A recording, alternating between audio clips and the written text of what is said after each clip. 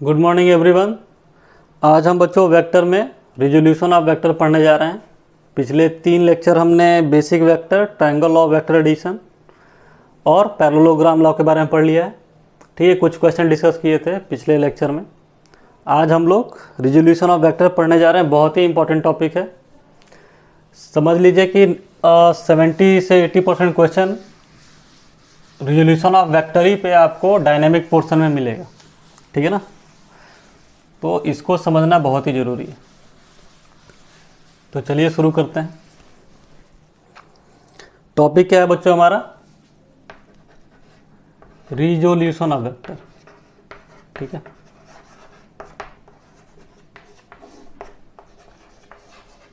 Resolution का मतलब क्या होता है बच्चों? वेक्टर को उनके कंपोनेंट में तोड़ना। ठीक है ना, कोई वेक्टर किसी दो या तीन वेक्टर से मिलके बने होंगे, तो उनको उसके खुद के कंपोनेंट में तोड़ने ही को रिजोल्यूशन कहते हैं। ठीक है ना, दूसरी भाषा में आप समझ सकते हैं कि स्प्लिटिंग ऑफ वेक्टर। ठीक है, splitting of vector into their components, into their components. ठीक है, तो पहले हम लोग को प्लेनर वेक्टर, ऐसे वेक्टर जो एक ही प्लेन में हो, उनके रिजोल्यूशन के बारे में पढ़ेंगे। अच्छे से डिस्कशन कर लेंगे, कुछ न्यूमेरिकल कर लेंगे। उसके बाद नॉन को प्लेनर वेक्टर के बारे में पढ़ेंगे। तो हमारा ये टॉपिक आज का कवर हो जाएगा। ठीक है, इसके कवर होने के बाद 2 टॉपिक बचेंगे प्रोडक्ट ऑफ वेक्टर में, एक डॉट प्रोडक्ट, दूसरा क्रॉस प्रोडक्ट। तो आइए शुरू करते हैं। टॉपिक बच्चों क्या है? रिजोल्यूशन ऑफ वेक्टर में पहला कौन सा वेक्टर है?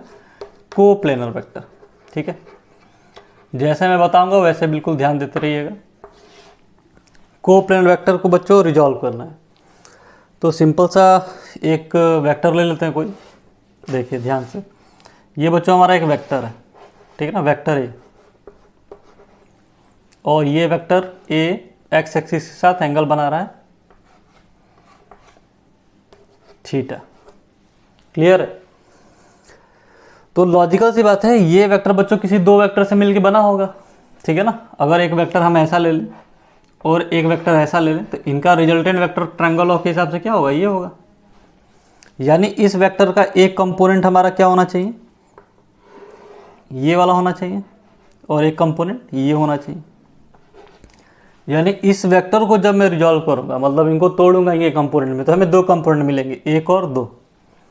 को प्लेनर वेक्टर में वेक्टर के कंपोनेंट 2 ही मिलेंगे। ठीक है, तो x कंपोनेंट वाले को हम लोग नाम दे लेते हैं ax। ठीक है, और y कंपोनेंट को क्या नाम दे लेते हैं? ay। यानी हम a वेक्टर को कैसे लिख सकते हैं? इसके 2 कंपोनेंट हुए, कौन कौन से? एक तो हो गया x में, तो x को तो डायरेक्शन के साथ दिखाना होगा। x डायरेक्शन किसको रिप्रेजेंट करता है बच्चों? i कैप को। ठीक है, उसी तरह y कंपोनेंट है, y कंपोनेंट किसको रिप्रेजेंट करता है? j कैप को। ऐसे लिख सकते हैं, कोई दिक्कत की बात नहीं। अब खुद से सोचो बच्चों, ax तो हमने खुद एज्यूम किया। ठीक है, ये ax होगा किसके बराबर? तो ध्यान से देखो, अगर ये वेक्टर a है और ये एंगल थीटा है, ठीक है, तो ये तो एक ट्रायंगल बना हुआ है, ये एंगल 90 डिग्री है। तो किसी राइट एंगल ट्रायंगल में अगर मुझे एक साइड मालूम हो, एक एंगल मालूम हो, तो बाकी के रिमेनिंग साइड हम निकाल सकते हैं। ये हमारा क्या है बच्चों? बेस है। तो बेस और ए में क्या रिलेशन है? बेस बाई हाइपोटेनियस किसके बराबर हो जाता है? कॉस थीटा के। ठीक है, तो ए एक्स बराबर क्या लिख सकते हैं हम लोग? ए कॉस थीटा। ठीक है, सिमिलरली आप इसको अगर ए वाई मान रहे हैं, तो ए वाई बाई ए क्या हो जाएगा? Sine theta. तो ए वाई क्या हो जाएगा बच्चों? ए साइन थीटा। समझ में आ रही है बात? यानी इस वेक्टर को जैसे हमने अभी यहाँ पे लिखा हुआ है, तो ए एक्स तो कंपोनेंट है, वो कंपोनेंट किसके बराबर है बच्चों? तो ए वेक्टर बराबर क्या लिख सकते हैं? ए कॉस थीटा आई कैप और ए साइन थीटा जे कैप। ठीक है ना, मतलब ये वेक्टर इन 2 वेक्टर से मिलके बना है। तो अगर मैं इसका उल्टा करना चाहूँ, मतलब इन दोनों वेक्टर को जोड़ूँ, तो क्या मुझे ये वेक्टर मिलेगा? तो आइए देख लेते हैं। हमारा एक वेक्टर है बच्चों ए कॉस थीटा, इधर की तरफ, आई कैप का मतलब एक्स डायरेक्शन, और एक वेक्टर है ए साइन थीटा। इन दोनों के बीच में एंगल कितना है बच्चों? 90 डिग्री ना। एक्स डायरेक्शन और वाई डायरेक्शन के बीच में एंगल कितना है? 90 डिग्री। तो 90 डिग्री होता है तो रिजल्टेंट हमारा क्या हो जाता है? Under root of a square plus b square. तो अगर मैं इसका रिजल्टेंट निकालूंगा तो under root of a square sine square theta plus a square cos square theta क्या आ जाएगा? ए ही आएगा। ठीक है ना। यानी इन दोनों का वेक्टर सम निकालेंगे तो हमारा रिजल्टेंट का जो मैग्नीट्यूड आएगा वो ए के बराबर आएगा। ये तो कोई छोटी छोटी बात है कि एक वेक्टर को तोड़ने आना चाहिए। ठीक है ना। इसका यूज कहाँ पर है? अभी तक तो हम लोग जोड़ना सीख रहे थे, ये तोड़ने की बात कहाँ से आ गई? इसका यूज बच्चों ये है कि अगर हमको 2 से ज़्यादा वेक्टर मिलने लगे, 3 vector, 4 vector, 5 vector, 10 vector, 12 vector, जितने भी वेक्टर मिले, तो उनको पैरेललोग्राम लॉ से सॉल्व करना थोड़ा सा कठिन हो जाएगा। ठीक है ना। अब 2 वेक्टर को सॉल्व करोगे, एक रिजल्टेंट आएगा, फिर तीसरे के साथ सॉल्व करने जाओगे, फिर चौथे के साथ, तो ऐसे बहुत लंबा प्रोसेस हो जाएगा। तो हम करते क्या है रिजोल्यूशन में कि बहुत सारे जो वेक्टर दिए हैं अलग अलग डायरेक्शन में, उनको पहले 2 डायरेक्शन में तोड़ लेंगे। ठीक है ना। एक एक्स में, दूसरा वाई में। तो सारे वेक्टर एक्स के अलाउ हो जाएंगे और बाकी के बचे हुए वाई के अलाउ। यानी हमारे जितने भी वेक्टर हैं वो केवल 2 कंपोनेंट में रिजॉल्व हो जाएंगे। जैसे ही 2 कंपोनेंट में रिजॉल्व हो जाएंगे तो उनका रिजल्टेंट निकालना बहुत ही सिंपल हो जाएगा। ठीक है। तो आइए क्वेश्चन के थ्रू इसको समझते हैं।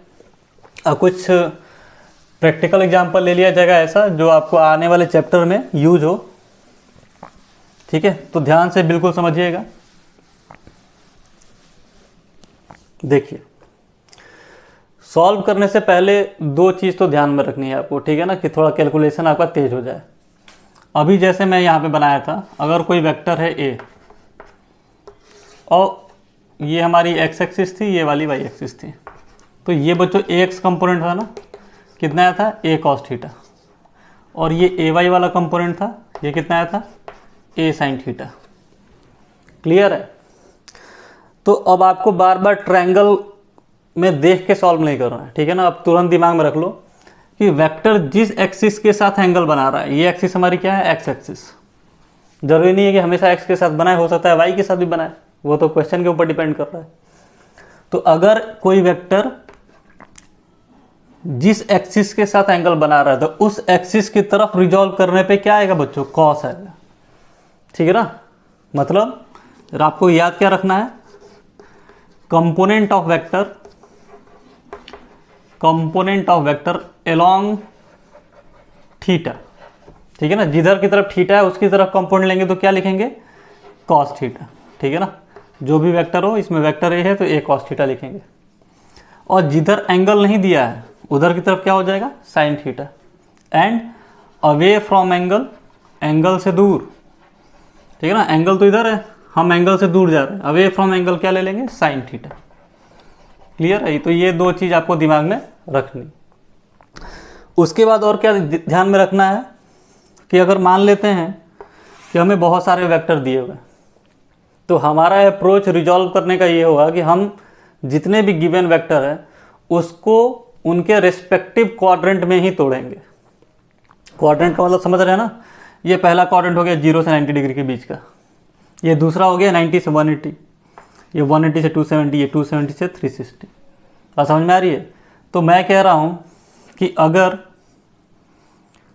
हमें वेक्टर ऐसे दिया हो, इसमें एक वेक्टर दिया है, इसमें एक वेक्टर दिया है, इसमें भी दिया है, इसमें भी दिया है, तो मैं यहाँ से लेके यहाँ तक का एंगल मेजर नहीं करूँगा, हम बस एक क्वाड्रेंट में ही उसको रिजॉल्व करेंगे। मतलब कि अगर ये कोई वेक्टर है ए, तो इस वेक्टर का एक कंपोनेंट इस क्वाड्रेंट में ये आएगा और इस क्वाड्रेंट में ये आएगा। ठीक है ना। उसी तरह ये वेक्टर है, इसका एक कंपोनेंट इधर आएगा, एक कंपोनेंट इधर आएगा। सिमिलरली इस वेक्टर का एक कंपोनेंट इधर आएगा, एक कंपोनेंट इधर आएगा। इस वेक्टर का एक कंपोनेंट इधर आएगा और एक कंपोनेंट इधर आएगा। ठीक है। तो हर क्वाड्रेंट में तोड़ना है, बहुत ही सिंपल है, कोई बड़ी बात नहीं। अब जैसे आप मैथमेटिक्स में कार्टेशियन कोऑर्डिनेट में प्लस माइनस का कन्वेंशन लेते हैं, आप सेम इसमें ले सकते हैं। ठीक है ना। फर्स्ट क्वाड्रेंट में अगर ये वेक्टर पॉजिटिव एक्स की तरफ है, ये पॉजिटिव वाई की तरफ है, मतलब इसके साथ साइन हम पॉजिटिव लगाएंगे। ठीक है। ये भी देखो सेकंड क्वाड्रेंट में जैसा होगा तो ये पॉजिटिव होगा, ये नेगेटिव होगा। थर्ड क्वाड्रेंट में ये नेगेटिव होगा, ये भी नेगेटिव होगा। फोर्थ में ये नेगेटिव होगा, ये पॉजिटिव होगा। ठीक है। तो क्या क्या याद रखना है बच्चों? पहली चीज़ तो ये ध्यान में रखनी है कि वेक्टर को थीटा के डायरेक्शन में तोड़ेंगे तो कॉस थीटा लिखेंगे, और वेक्टर को थीटा से दूर तोड़ेंगे तो साइन थीटा लिखेंगे। दूसरी चीज़ क्या याद रखनी है कि हमको वेक्टर बच्चों रेस्पेक्टिव क्वाड्रेंट में ही तोड़ने हैं। जिस क्वाड्रेंट में वो वेक्टर लाई कर रहा होगा उसी में रिजॉल्व कर देंगे। अब बस प्लस प्लस माइनस का ध्यान रखेंगे जैसे हम मैथमेटिक्स में पढ़ते आ रहे हैं, ठीक है ना। क्लास 9 में भी आप कोऑर्डिनेट सिस्टम तो पढ़े ही होंगे, तो ये तो बहुत टफ है नहीं, ठीक है। आइए क्वेश्चन एक करते हैं, उस क्वेश्चन से हम लोग कुछ सीखेंगे, फिर धीरे धीरे क्वेश्चन का लेवल बढ़ाया जाएगा। चलिए देखिए, हाँ कुछ बच्चों को अगर एंगल के बारे में जानकारी नहीं है, ठीक है ना, तो मैं मैक्सिमम एंगल जो यूज करूँगा 37 डिग्री, ठीक है, और 53 डिग्री ये यूज करूँगा, ठीक है। यानी ये बेस हमारा 4 होगा, ये 3 होगा, ये 5 होगा। इस एंगल का यूज़ करने का भी एक लॉजिक होता है, ठीक है ना, क्योंकि कॉस और साइन में जनरली हम डील करेंगे। अगर हम वेक्टर पढ़ रहे हैं तो कॉस साइन या टेन यही तीन चीज़ आ सकती हैं। तो ये बच्चों देखिए आप इर्रेशनल नंबर में नहीं है, ठीक है ना। √2 √3 ऐसे टर्म नहीं आते हैं इसमें, ठीक है। तो इसलिए हम 37 और 53 को ही यूज करते हैं कि हमारा जो आंसर है वो होल नंबर, नेचुरल नंबर या फिर फ्रैक्शन तक में आए, ठीक है ना। ऐसा नहीं है कॉम्प्लिकेटेड हो जाए बहुत सॉल्व करने में, तो इसका हम यूज करेंगे, ठीक है। आइए पहले छोटे छोटे क्वेश्चन देख लेते हैं। मान लेते हैं बच्चों की एक वेक्टर है, इसमें इसका मैग्नीट्यूड दिया है 10, ठीक है, और एंगल बना है ये 37 डिग्री, और इसके कंपोनेंट लिखने हैं, ठीक है। अब आप तुरंत बता सकते हो, ये हम एक्स डायरेक्शन मान लेते हैं, इसको वाई मान लेते हैं। तो थीटा के तरफ तोड़ेंगे तो ये वेक्टर जो आएगा वो कितना आएगा बच्चों, 10 cos 37 डिग्री, और cos 37 कितना होता है 4/5, ठीक है। तो ये आप क्या लिख सकते हो 10 × 4/5, तो कितना आ जाएगा ये 8, ठीक है। 10 का कंपोनेंट बच्चों y की तरफ लिखेंगे तो क्या लिखेंगे 10 sin 37 डिग्री, जिधर एंगल नहीं है उधर क्या लेते हैं साइन लेते हैं, ठीक है ना। 10 sin 37 डिग्री, sin 37 की वैल्यू 3/5, तो ये कितना आ गया 6, ठीक है। मैग्नीट्यूड आ गया ना, ये 6 आ गया और ये 8 आ गया। अब आपको इसको अगर वेक्टर फॉर्म में लिखना होगा तो क्या लिख सकते हैं 8i कैप, x डायरेक्शन में है तो i कैप, y डायरेक्शन में है तो j कैप। सिंपल सा है, बहुत टफ नहीं। आइए दूसरा क्वेश्चन देखते हैं, ठीक है। इसमें एक वेक्टर दिया हुआ है, इसका मैग्नीट्यूड 20 दिया है, ये एंगल 60 डिग्री है मान लीजिए। अब बताइए इस वेक्टर का इधर कंपोनेंट, अब एंगल इसके साथ बनाया ना, तो जिधर एंगल है उसकी तरफ तोड़ेंगे क्या लिखेंगे कॉस लिखेंगे, तो क्या लिखेंगे 20 cos 60 डिग्री, ठीक है। cos 60 की वैल्यू बच्चों 1/2, यानी कितना आ गया ये 10। और इस वेक्टर को इधर की तरफ लिखेंगे तो 20 sin 60 डिग्री, sin 60 की वैल्यू √3/2, कितना हो गया 10। अब इसको वेक्टर फॉर्म में लिखेंगे तो कैसे लिखेंगे -10√3 i कैप। ऐसा क्यों लिखे बच्चों, ये वेक्टर टूट के किस डायरेक्शन में आ रहा है नेगेटिव x डायरेक्शन में, तो नेगेटिव x डायरेक्शन को कैसे दिखाएंगे -i कैप से, ठीक है ना। i कैप अगर पॉजिटिव x को बता रहा है तो i कैप का अपोजिट वेक्टर कौन सा हो गया -i कैप, तो क्या हो जाएगा -10√3 i कैप, प्लस y में क्या है बच्चों कितना है 10 है, 10 j कैप। सिंपल है ना। अभी एक एक वेक्टर लेकर आपको हम सारे क्वाड्रेंट में सॉल्व करके समझा रहे हैं, धीरे धीरे वेक्टर के नंबर्स को बढ़ाएंगे। मान लीजिए इसमें कोई वेक्टर है बच्चों, f वेक्टर लिख लेते हैं, ठीक है ना। ये एंगल हमारा है 53 डिग्री, ठीक है। अब बताओ f वेक्टर को इस डायरेक्शन में तोड़ेंगे, कौन सा डायरेक्शन है नेगेटिव y का, तो f साइन कितना आ जाएगा, f cos कितना आएगा बच्चों 53, cos 53 की वैल्यू 5/3। इस वेक्टर को इधर की तरफ तोड़ेंगे तो क्या लिखेंगे f sin 53, sin 53 की वैल्यू 4/5। यानी अगर इसको वेक्टर फॉर्म में लिखना हो तो मैं क्या लिखूंगा -4f/5 i कैप, ठीक है, और -3f/5 j कैप। क्लियर है, कोई दिक्कत। तो देखो एक एक वेक्टर को अलग अलग क्वाड्रेंट में लेके हमने समझाया है, आप इसमें भी एक लेके सॉल्व कर सकते हो, कोई बड़ी बात नहीं। अब हम वेक्टर की संख्या धीरे धीरे बढ़ाएंगे, ठीक है ना, कि आपको प्रैक्टिस हो जाए। हाँ, अब आप ये जब रिजोल्यूशन पढ़ रहे हैं तो एक चीज़ का और भी ध्यान देना है, जब इतनी छोटी छोटी बातें सीख गए हैं तो, कि मैंने आपसे कहा है कि क्वाड्रेंट में ही हर वेक्टर को तोड़ना है। तो जरूरी नहीं है कि क्वाड्रेंट आपका फिक्स है, आपके हिसाब से क्वाड्रेंट हो सकता है। कहने का मतलब क्या है कि हमारी सहूलियत के हिसाब से वेक्टर जैसे स्प्लिट हो। जैसे मान लेते हैं कि ये कोई बच्चों वेज है, ठीक है ना, क्या है ये वेज, और ये इस पर एक ब्लॉक रखा हुआ है, ठीक है, इसका मास कुछ दिया हुआ है m मान लेते हैं। तो इस पर एक फोर्स लगेगा, नीचे क्या लगेगा mg, और ये एंगल थीटा है। तो कॉमन सेंस की बात है कि ये ब्लॉक अगर फ्रिक्शन नहीं है तो किधर स्लाइड करेगा, इस डायरेक्शन में, ठीक है ना। तब आप खुद बताओ कि इसमें जो क्वाड्रेंट लेना चाहिए वो ऐसा लेना सही है या इसके अलोंग लेना सही है, ऐसा अगर क्वाड्रेंट ले, ठीक है ना। भाई मोशन इधर हो रहा है तो मोशन के अलोंग में ही हम क्वाड्रेंट लेंगे, इससे क्वेश्चन थोड़े इजी हो जाते हैं। तो देखो बच्चों, ये mg है, ठीक है ना, ये थीटा है, ये 90 degree, this angle is 90 minus theta, तो ये कितना हो जाएगा थीटा। यानी अब मेरे लिए ये x एक्सिस हो गई और ये वाली क्या हो गई y एक्सिस। यही चीज़ समझाना चाहता था मैं, ठीक है ना। आपको ये नहीं रट लेना है कि यही x है और ये y है। अब न्यूटन लॉज ऑफ मोशन में जाएंगे ना तो पुली ब्लॉक सिस्टम मिलेगा, वेज ब्लॉक सिस्टम मिलेगा, स्प्रिंग ब्लॉक सिस्टम मिलेगा। तो उसमें अरेंजमेंट कोई जरूरी नहीं है कि हमेशा सीधा सीधा मिले, ठीक है। तो मोशन के अलोंग आपको फोर्स को तोड़ना पड़ेगा।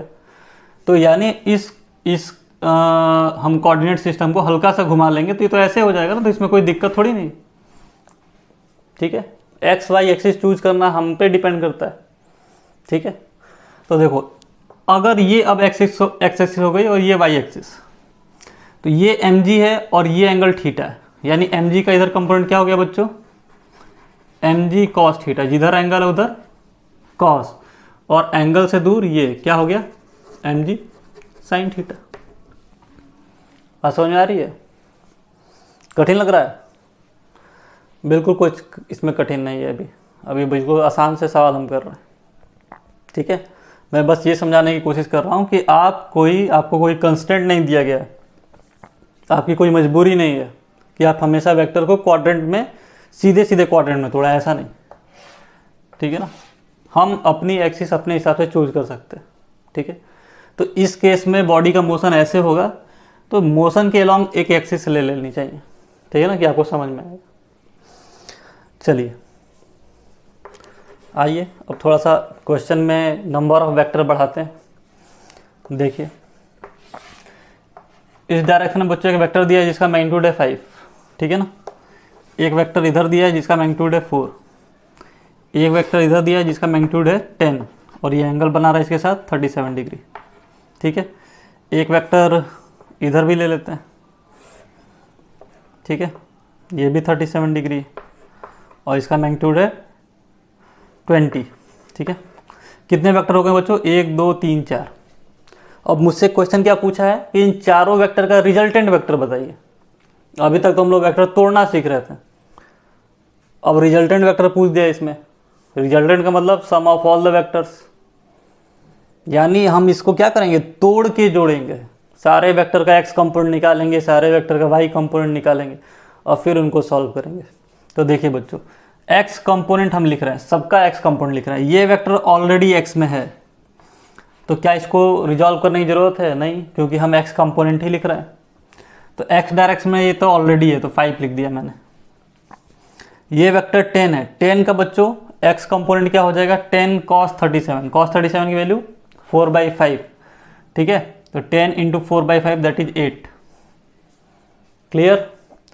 ये वेक्टर बच्चों किधर है, वाई डायरेक्शन में, तो इसको तोड़ने की जरूरत नहीं है। जो वेक्टर एक्स और वाई में ऑलरेडी लिख दिया हुआ है उसको नहीं हम रिजॉल्व करेंगे।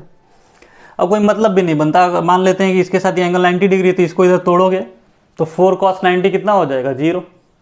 तो वाई एक्सिस वाले वेक्टर को वाई में छोड़ देंगे, एक्स एक्सिस वाले को एक्स में। जो किसी एंगल पे है उन्हीं को तोड़ेंगे, ठीक है। हाँ, लिखना जरूर है एक्स कंपोनेंट में उसको। इस वेक्टर को देखो बच्चों, इसका एक्स कंपोनेंट किधर होगा, इधर की तरफ। तो इधर तो एंगल है नहीं, एंगल तो इधर दिया है, तो जिधर एंगल नहीं उधर क्या हो जाएगा, साइन। साइन तो होगा लेकिन माइनस डायरेक्शन, डायरेक्शन किधर है बच्चों, इधर आएगा ना टूट के ये। तो -20 साइन 37, साइन 37 की वैल्यू कितनी हो जाती है बच्चों, साइन 37 इज 3/5, ठीक है। कितनी बार में गया, 4 बार में। तो एक्स कितना आ गया, 5 2 10 3 13 -12, यानी एक्स कंपोनेंट तो हमारा 1 है, ठीक है ना। कैलकुलेशन आप देख लेना, गलत नहीं होना चाहिए। अब वाई कंपोनेंट निकाल लेते हैं। वाई में ये वेक्टर एक ऑलरेडी दिया है पहले से हमको, ठीक है ना। तो +4 लिख लेते हैं। +4 क्यों लिख रहे हैं, क्योंकि ऊपर के डायरेक्शन में एक वेक्टर ये, इसका इधर कंपोनेंट बच्चों क्या हो जाएगा, 10 साइन 37। तो 10 साइन 37 मतलब 10 × 3/5, तो कितना हो जाएगा 6, ठीक है ना। मैं पूरा नहीं लिख रहा हूँ, आपको बात समझ में आ रही है ना। इसका इधर कंपोनेंट कितना हो जाएगा, 10 साइन 37 डिग्री, साइन 37 इज 3/5, तो 10 / 5 इज 2, 2 × 3 6। इसका कंपोनेंट इधर की तरफ लिखेंगे बच्चों, तो क्या लिखेंगे, 20 cos 37, नेगेटिव वाई एक्सिस की तरफ है, तो कितना हो जाएगा, -20 cos 37 इज 4/5, 4 बार में गया, 16 आ गया। वाई कितना आ गया, 10 - 16, ये कितना आ गया, -6। अब ये बात समझ में आ रही है कि आपका हुआ क्या, ये सारे वेक्टर मिलके हमको 2 वेक्टर दे दिए। एक वेक्टर दे दिया x में जिसका मैग्नीट्यूड 1 है, और एक वेक्टर आ गया नेगेटिव y में, माइनस आया ना, जिसका मैग्नीट्यूड क्या है 6, -6 का मतलब नेगेटिव y डायरेक्शन में, ठीक है। अब इनका रिजल्टेंट बताना है, तो इन दोनों वेक्टर के बीच में एंगल कितना है, 90 डिग्री। x और y की एक्सिस के बीच में एंगल क्या होगा, 90 डिग्री। तो रिजल्टेंट क्या हो जाएगा, √a² + b², मतलब आंसर कितना हो गया, √37, ठीक है ना। तो एक से ज़्यादा वेक्टर को सॉल्व करने का ये तरीका है, ठीक है। आपको हमेशा ऐसे क्वेश्चन मिलेंगे। इवन आपके अभी 27 ऑफ अगस्त को जो पेपर हुआ है जेईई मेंस का, उसमें रिजोल्यूशन ऑफ वेक्टर का क्वेश्चन दिया था, बहुत ही सिंपल क्वेश्चन दिया हुआ था, ठीक है। आइए मैं बता ही देता हूँ वो क्या क्वेश्चन दिया था। डेटा हो सकता है कि वैरी करे, लेकिन जो क्वेश्चन का फॉर्मेट था वो बिल्कुल सेम था।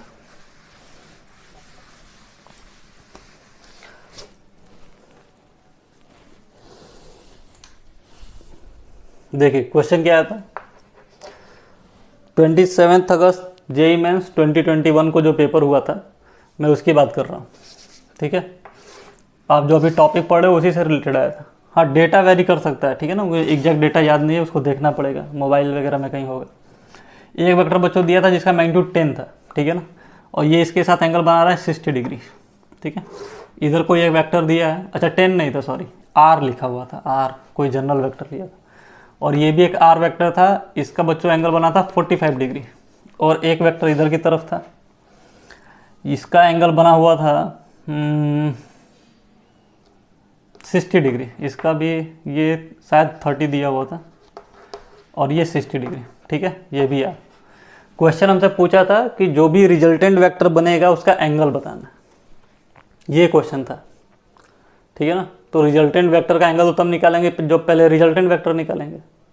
तो ध्यान से देखिए, हमको x कंपोनेंट लिखना है, ठीक है।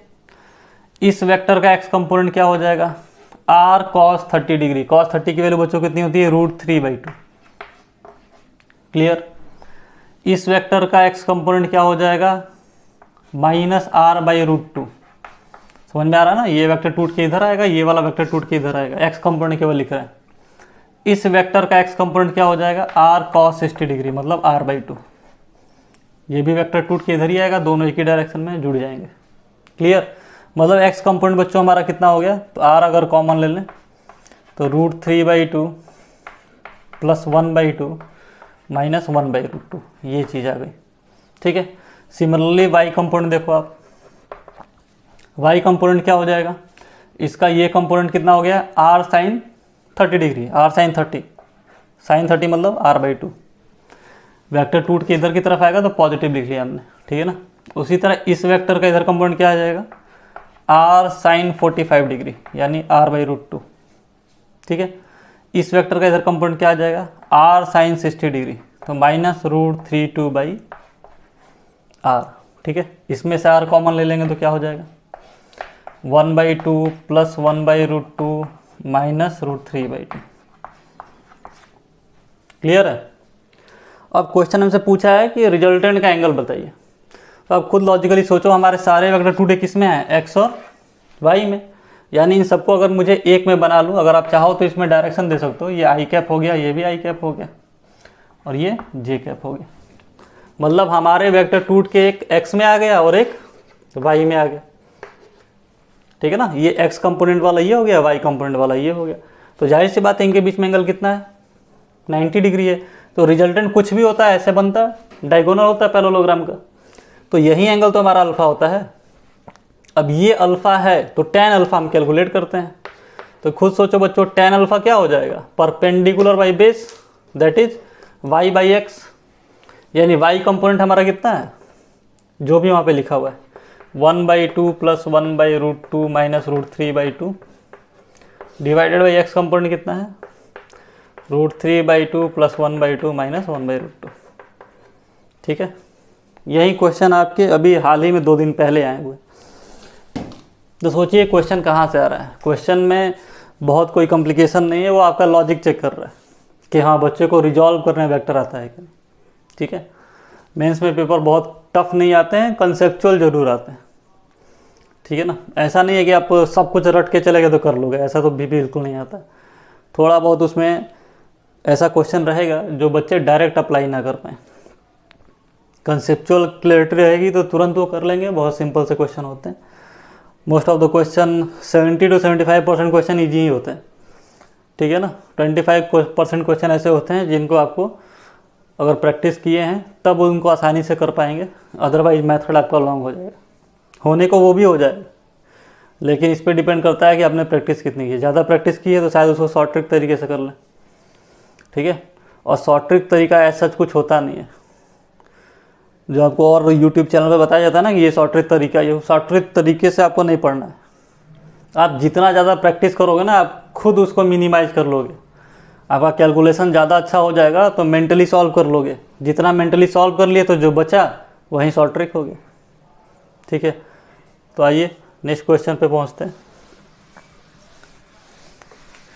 तो हमने एक वेक्टर को रिजॉल्व करना देखा है, 2 वेक्टर को भी देखा है, 3 को भी देख लिया।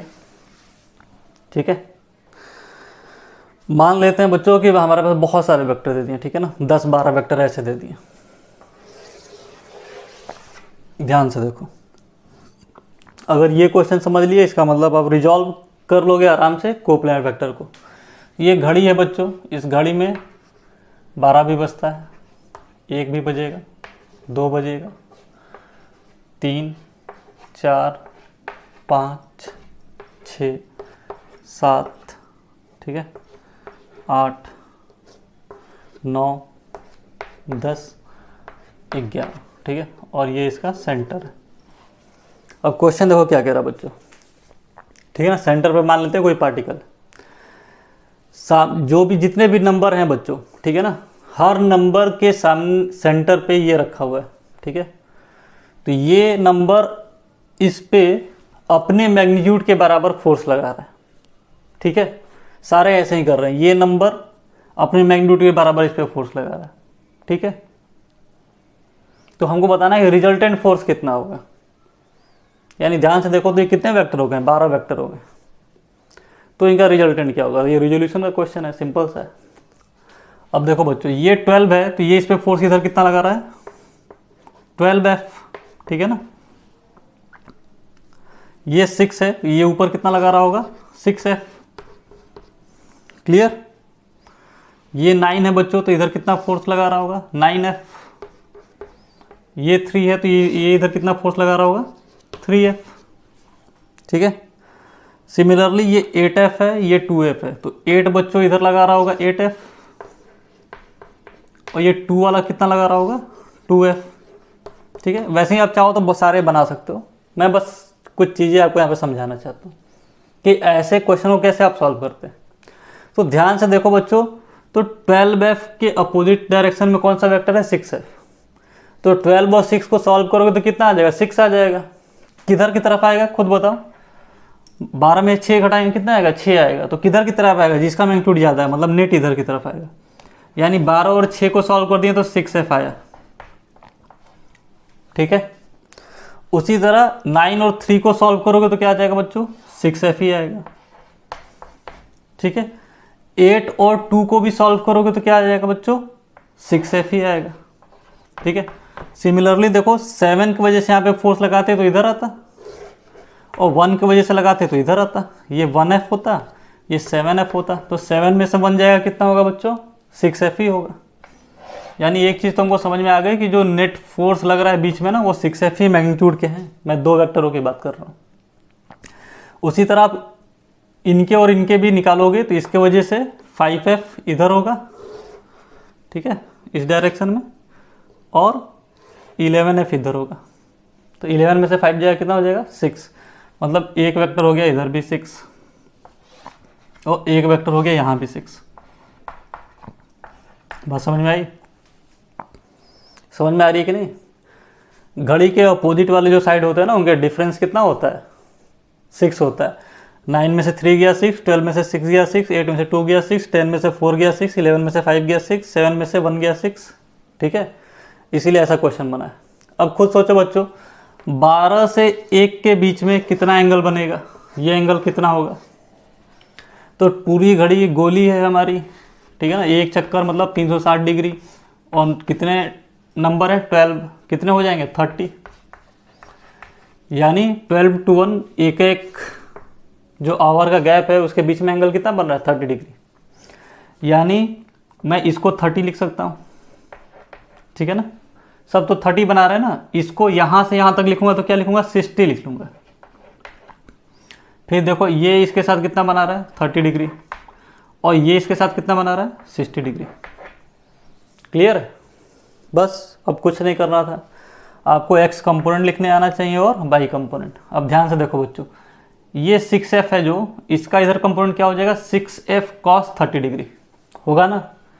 अच्छा इसका भी कंपोनेंट देखो बच्चों, इसका कंपोनेंट x वाला किधर आएगा, इधर ही आएगा, कितना आएगा, 6f cos 30 डिग्री। तो हम क्या लिख सकते हैं, 2 × 6f cos 30 डिग्री लिख सकते हैं, क्योंकि दोनों का डायरेक्शन सेम है कि नहीं।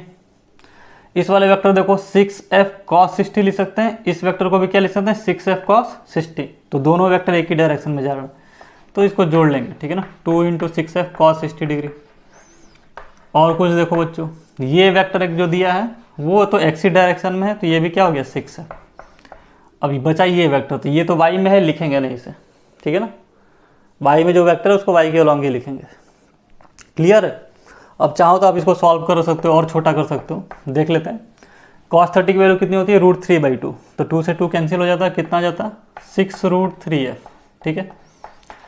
cos 60 की वैल्यू 1/2, तो यहाँ पे 6f बचता, और यहाँ भी 6f बचता, ठीक है। और इसको छोटा करना चाहो तो 6f कॉमन ले लो, तो अंदर बच जाएगा √3 + 2, ठीक है। अब y कंपोनेंट निकाल लेते हैं। y कंपोनेंट भी लॉजिकली देखो, सॉल्व करने की जरूरत है नहीं। इस वेक्टर का जो 30 डिग्री एंगल बना रहा है, इसका y कंपोनेंट किधर आता है, इधर आता, किधर आता, 6f sin 30 डिग्री। सिमिलरली ये भी इस वेक्टर का इधर की तरफ कंपोनेंट कितना आता, 6f sin 30 डिग्री। तो एक वेक्टर ऊपर की तरफ है, एक वेक्टर नीचे की तरफ है, दोनों का मैग्नीट्यूड सेम है, क्या हो जाता है, 0। फिर इसको देखो 6f sin 60 degree, 6f sin 60 degree, ये भी कट जाता। इस x वाले वेक्टर को लिखते नहीं, तो हमारे पास केवल यही एक वेक्टर बचता है जो y डायरेक्शन में होता, ठीक है ना। तो क्या लिखता मैं, y डायरेक्शन में केवल एक ही वेक्टर बचता जो कि 6f है, और डायरेक्शन क्या है, नेगेटिव y डायरेक्शन में, ठीक है ना, नीचे की तरफ। अब हमारा x कंपोनेंट आ गया और y कंपोनेंट आ गया। हमसे क्वेश्चन क्या पूछा है कि रिजल्टेंट वेक्टर बताइए। तो रिजल्टेंट वेक्टर क्या हो जाएगा बच्चों, देखो ध्यान से, √ x कंपोनेंट का स्क्वायर प्लस y के कंपोनेंट का स्क्वायर। तो x का कंपोनेंट क्या है बच्चों, कितना है, 6f √3 + 2 का होल स्क्वायर, और y कंपोनेंट कितना है बच्चों, 6f का होल स्क्वायर, ठीक है। अब आप चाहो तो इसको और सॉल्व कर लेना, मैं बस इसको सॉल्व कर देता हूँ। 6f बाहर आ गया, अंदर क्या बचा बच्चों, √3 + 2 का होल स्क्वायर प्लस 1 का होल स्क्वायर। क्लियर? तो क्वेश्चन ऐसे तो जनरली आएगा नहीं है कभी बेंस वगैरह में, लेकिन मैं आपको ये बताना चाहता था कि अगर एक से ज़्यादा भी, दो से ज़्यादा भी वेक्टर दे दें, 3 4 5 6 7 8 9 10, इसमें टोटल 12 वेक्टर हैं, तब भी आप रिजोल्यूशन ऑफ वेक्टर के मदद से उनका रिजल्टेंट वेक्टर निकाल सकते हो। ठीक है, तो ये हमारा रिजोल्यूशन ऑफ वेक्टर का टॉपिक कवर हो गया है। कोप्लेनर वेक्टर, ठीक है ना, नॉन कोप्लेनर तो अभी पढ़ना है, तो मुझे उम्मीद है कि आप रिजॉल्व कर लोगे, कोई बहुत बड़ी चीज़ है नहीं। ठीक है, हाँ, अब जरूरी नहीं है कि जैसे मैं क्वेश्चन दिया हूँ वैसे ही डायरेक्ट क्वेश्चन आपको पूछ दे। क्वेश्चन पूछने का तरीका अलग भी हो सकता है, जैसे कि एक क्वेश्चन मैं डिस्कस कर ले रहा हूँ, फिर आपको नॉन कोप्लेनर वेक्टर की तरफ लेके चलूँगा। ठीक है, देखो मैं तो आपको सीधे सीधे वेक्टर बना के दे रहा हूँ ना, इसलिए आपको आसान लग रहा होगा। बुक में हो सकता है ना क्वेश्चन ऐसे लिखा हो कि कोई पार्टिकल है या फिर कोई पर्सन है जो 4 किलोमीटर, ठीक है, ईस्ट डायरेक्शन में चल रहा है। किस डायरेक्शन में बच्चों? ईस्ट। ठीक है, फिर उसके बाद 3 किलोमीटर चल रहा है वो इधर किधर, कौन सा डायरेक्शन में था बच्चों? नॉर्थ डायरेक्शन में। ठीक है ना, क्लियर है।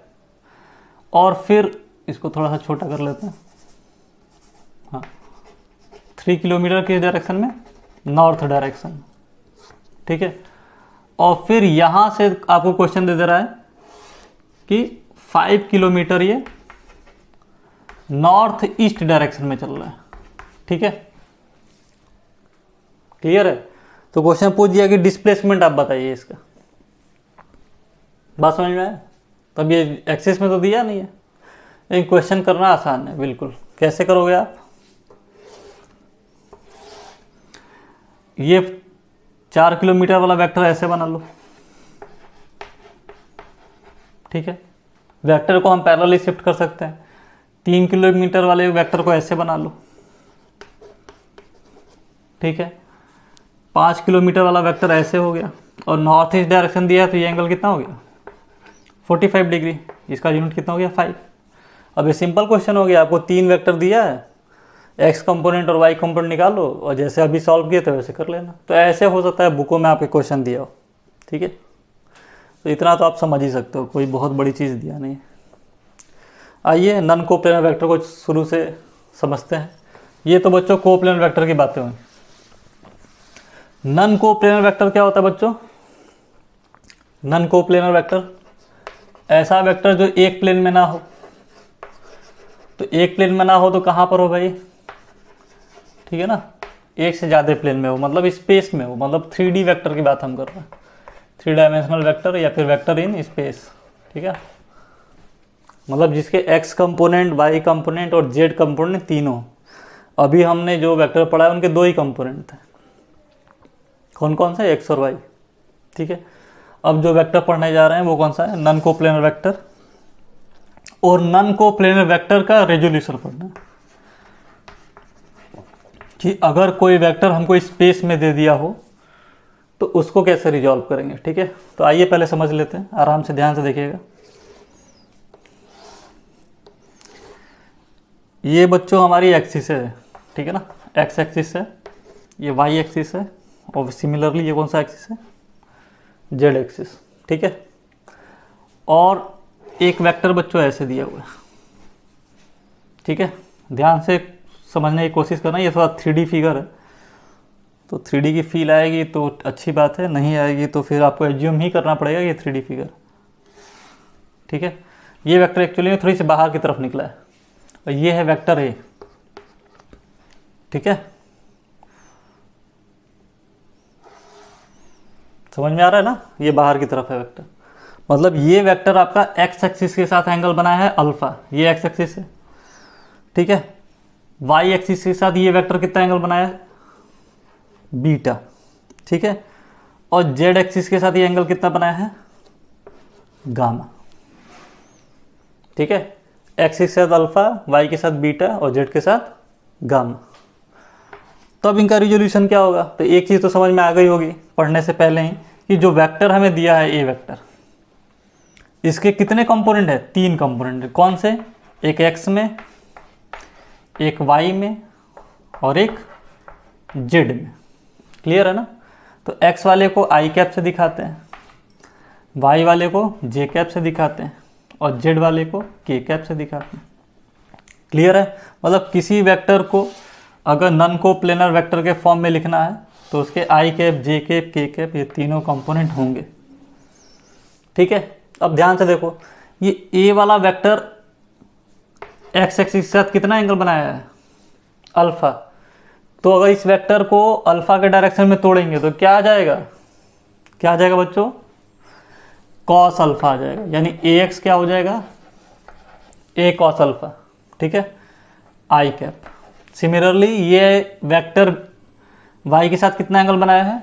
बीटा। तो क्या हो जाएगा? ए कॉस बीटा। ठीक है?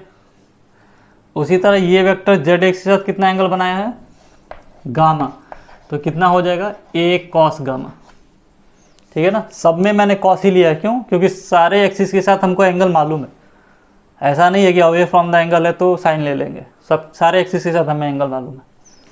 तो ये ए वेक्टर हो गया, यानी लिखेंगे तो ऐसे ही। तो इससे आप क्या समझ रहे हो कि इन तीनों वेक्टर, ये इस वेक्टर का ये तीनों कंपोनेंट है, यानी इन तीनों को सॉल्व करने पे हमारा वेक्टर ए आ रहा होगा। ठीक है ना? तो ध्यान से देखो, ये एक्स वाई जेड आपस में तीनों क्या है? म्यूचुअली परपेंडिकुलर है कि नहीं? अब खुद सोचो बच्चों, थोड़ा ध्यान दो यहाँ पे। ये देखो, ये हमारा एक्स, ठीक है, एक्स और एक्स जेड प्लेन है। तो मान लेते हैं कोई वेक्टर एक्स और जेड में है तो उसका रिजल्टेंट वेक्टर किस में आएगा? उसी प्लेन में आएगा।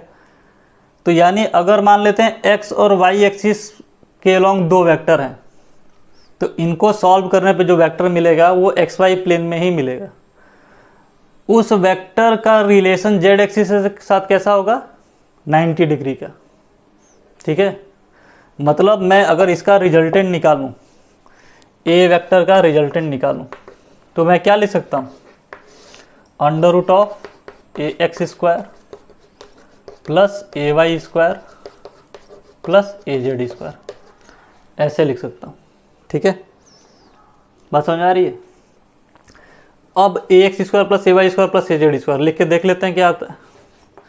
स्क्वायर हटा लेते हैं, इधर ए स्क्वायर हो गया। ए एक्स क्या है बच्चों? ए कॉस अल्फा, यानी a square cos square alpha plus a square cos square beta plus a square cos square gamma. ठीक है? ए स्क्वायर सब में से लेके कैंसिल आउट कर दोगे तो 1 इक्वल टू क्या हो जाएगा? Cos square alpha plus cos square beta plus cos square gamma. तो ये एक रिलेशन आपको याद रखना है। ठीक है?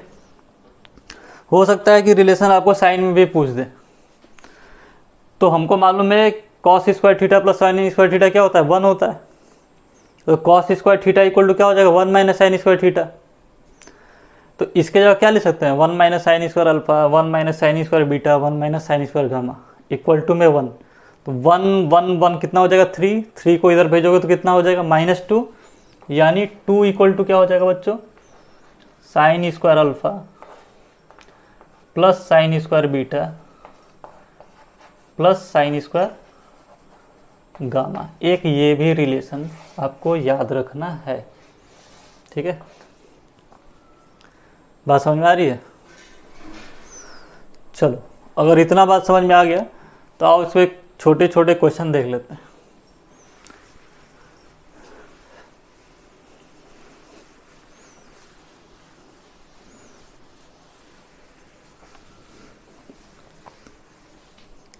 देखिए ध्यान से, अभी हमने पढ़ा है कि ए एक्स का मतलब वेक्टर का एक्स कंपोनेंट क्या होता है?